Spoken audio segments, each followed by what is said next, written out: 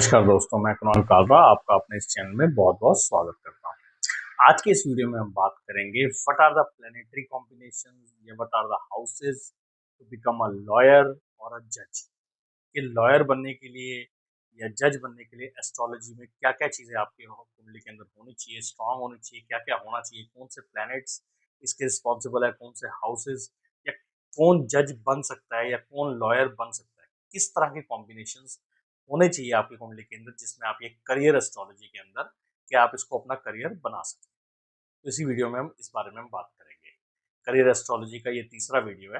अगर आपने इससे पहले भी हमारे वीडियो देखे हैं तो उसके अंदर मैंने मैनेजमेंट जॉब के बारे में भी बताया हुआ है और मैंने फिल्म करियर के बारे में भी बताया हुआ है। तो इस वीडियो के अंदर मैं बताऊंगा आपको लॉयर और जज के लिए करियर एस्ट्रोलॉजी क्या कहती है। तो चलिए वीडियो स्टार्ट करते हैं बिना टाइम वेस्ट किए।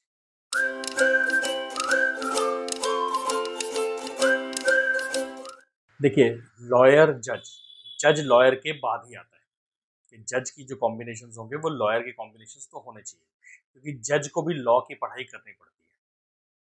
ये एग्जाम्पल के तौर पे ऐसा है कि जैसे मान लीजिए किसी ने अपनी कुंडली दिखाई, ठीक है, किसी बच्चे की कुंडली दिखाई आपने किसी को, और उसने बोला कि जी इसके तो जेल योग, इसके कोर्ट कचहरी के चक्कर बहुत लगेंगे, कोर्ट कचहरी के योग है। अब कई बार माँ बाप घबरा भी जाते हैं कि जी कोर्ट कचहरी के चक्कर बहुत लगेंगे, मगर उससे पहले वो ये बताना भूल गए कि इससे पहले की जो दशा है वो बताएगी कि ये कोर्ट कचहरी के चक्कर क्यों लगेंगे। अगर एजुकेशन की दशा होगी कि एजुकेशन प्लैनेट स्ट्रांग होंगे तो इसका मतलब वो कोर्ट कचहरी जरूर जाएगा, मगर एजुकेशन के पर्पज से। इसका मतलब वो लॉयर बन के जा सकता है या जज बन के जा सकता है। अगर क्रिमिनल के कॉम्बिनेशंस होंगे, किसी क्राइम के कॉम्बिनेशंस होंगे तो वो इस वजह से जा सकता है। कोई लोन, कोई फ्रॉड, इस तरह के चांसेस होंगे, इस तरह के कॉम्बिनेशंस बनेंगे तो इस वजह से जा सकता है।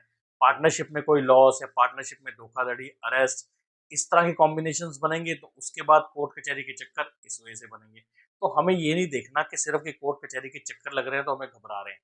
हमने ये देखना है कि कॉम्बिनेशंस कहते क्या है हमारे, कि स्टडी के कॉम्बिनेशन है। तो स्टडी के कॉम्बिनेशन बहुत जरूरी हैं लॉयर और जज के लिए। तो स्टडी के कॉम्बिनेशन तो सेम होंगे। मैं आपको ये प्रैक्टिकली बताऊंगा कुंडली दिखा के, ताकि कुंडली के अंदर मैं सारी चीजें डालूंगा तो आपको क्लियर पता चल जाएगा। तो कॉम्बिनेशंस हमारी स्टडी के बहुत जरूरी हैं। स्टडी के कॉम्बिनेशंस कौन से हैं आप पेपर पे एक नोट करके रखिएगा कि सबसे पहले हमारा fourth house fifth house involve होना चाहिए कहीं ना कहीं। Fourth house fifth house involve हो नाइन्थ हाउस और इलेवंथ हाउस के साथ।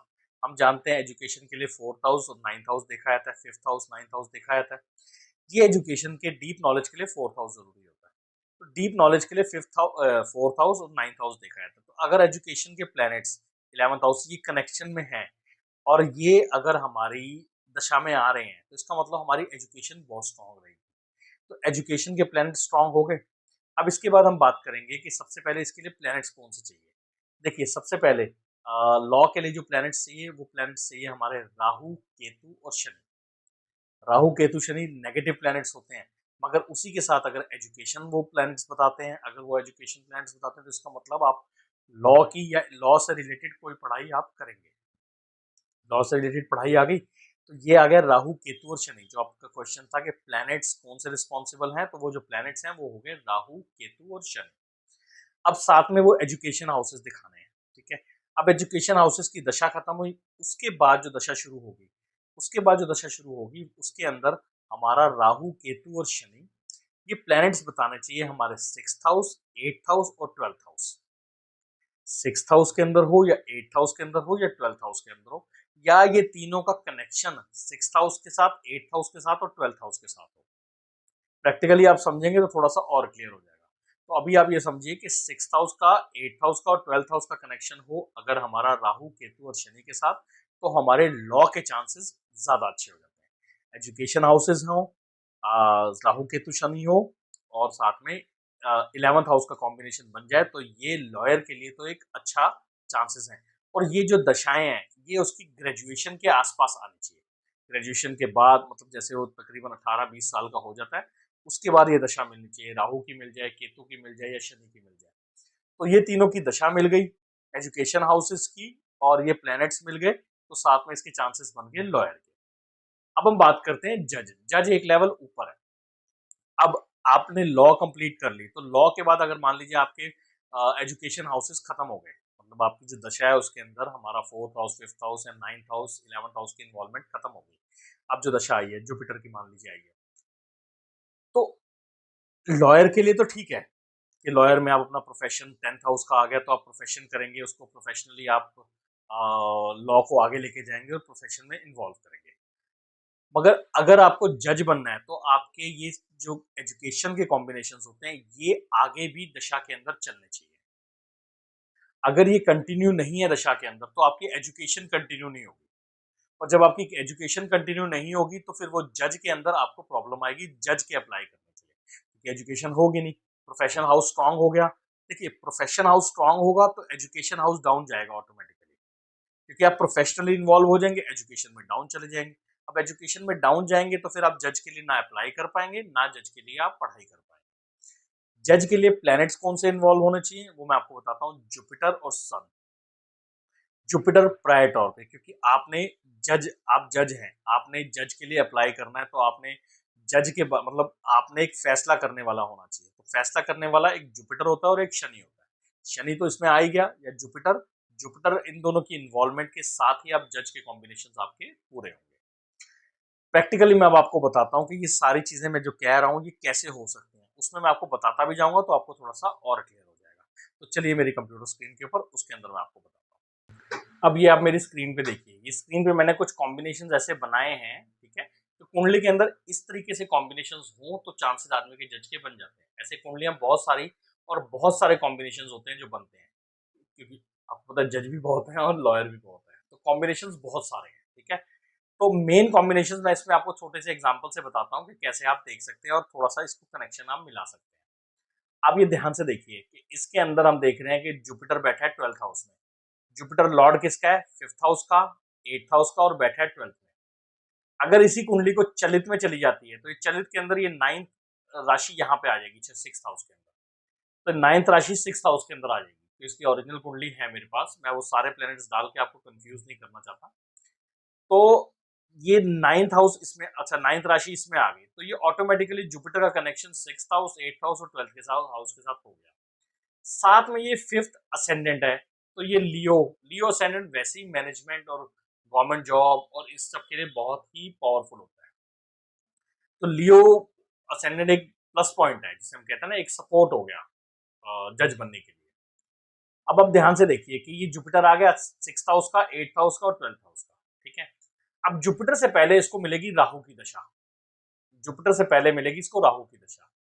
अच्छा, जुपिटर है इसमें मरकरी के नक्षत्र में, जुपिटर है इसमें मरकरी के नक्षत्र में, ठीक है। ये एक पॉइंट को नोट करके रखिएगा। अब हम देखते हैं मरकरी किसके रिजल्ट्स देगा। मरकरी देगा 11th हाउस के, 2nd हाउस के और 10th हाउस के। यानी मरकरी जो है हमारे को पोजीशनिंग भी दे रहा है और हमारे को 11th हाउस इच्छा पूर्ति भी दे रहा है और 10th हाउस भी दे रहा है, ठीक है।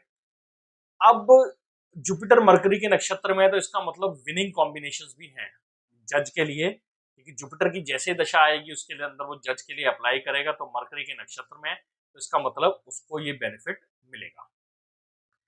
अब ये देखना है कि हमने राहु, अब राहु पे दृष्टि किसकी है? एक मरकरी की, एक जुपिटर की। जुपिटर की 5वीं दृष्टि, मरकरी की 7वीं दृष्टि। अब राहु के ऊपर मरकरी की दृष्टि है तो वो मरकरी के भी रिजल्ट्स देगा और जुपिटर के भी रिजल्ट्स देगा। अगर अब आप नोट करें तो राहु के रिजल्ट्स क्या क्या हो गए? एक हो गया 4th हाउस का, एक हो गया 10th हाउस का, 11th हाउस का, साथ में 12th हाउस का, 6th हाउस का और 8th हाउस का। अब राहु की जो सारे रिजल्ट्स हो गए तो इसका मतलब राहु में 4th हाउस और 11th हाउस आ गए, यानी एजुकेशन भी आ गई। राहु राहु में 6th हाउस, 8th हाउस और 12th हाउस आ गए, इसका मतलब राहु के अंदर लॉ भी आ गया कि लॉ प्लस विनिंग कॉम्बिनेशन, क्योंकि 10th हाउस और 11th हाउस भी इन्वॉल्व है। तो राहु की पहले दशा आएगी, जुपिटर से पहले राहु की दशा आती है, तो वो राहु की दशा के अंदर एजुकेशन होगी उसकी, राहु के अंदर उसकी एजुकेशन हुई हुई भी है, राहु के अंदर उसकी एजुकेशन हुई, एजुकेशन के साथ साथ उसके विनिंग कॉम्बिनेशन, पढ़ाई भी अच्छी हुई, लॉ की उसने पढ़ाई की और जुपिटर के दशा के अंदर एग्जाम उसने क्लियर किया जज का। तो ये था कि अगर कनेक्शंस दशाओं के मिलते जाएं, अब बीच में मान लीजिए कोई ऐसी दशा आ जाती, मान लीजिए राहु यहाँ ना होता या बीच में कोई ऐसी दशा आ जाती कि जिसके अंदर ये एजुकेशन ब्रेक हो जाती, तो फिर ये जज के लिए अप्लाई करना मुश्किल हो जाता। तो जज और लॉयर कॉम्बिनेशन सेम होते हैं, सिर्फ फर्क होता है प्लैनेट्स का, उसमें जुपिटर इन्वॉल्व की जरूरत है और इसमें राहु केतु और शनि की इन्वॉल्वमेंट जरूरत है।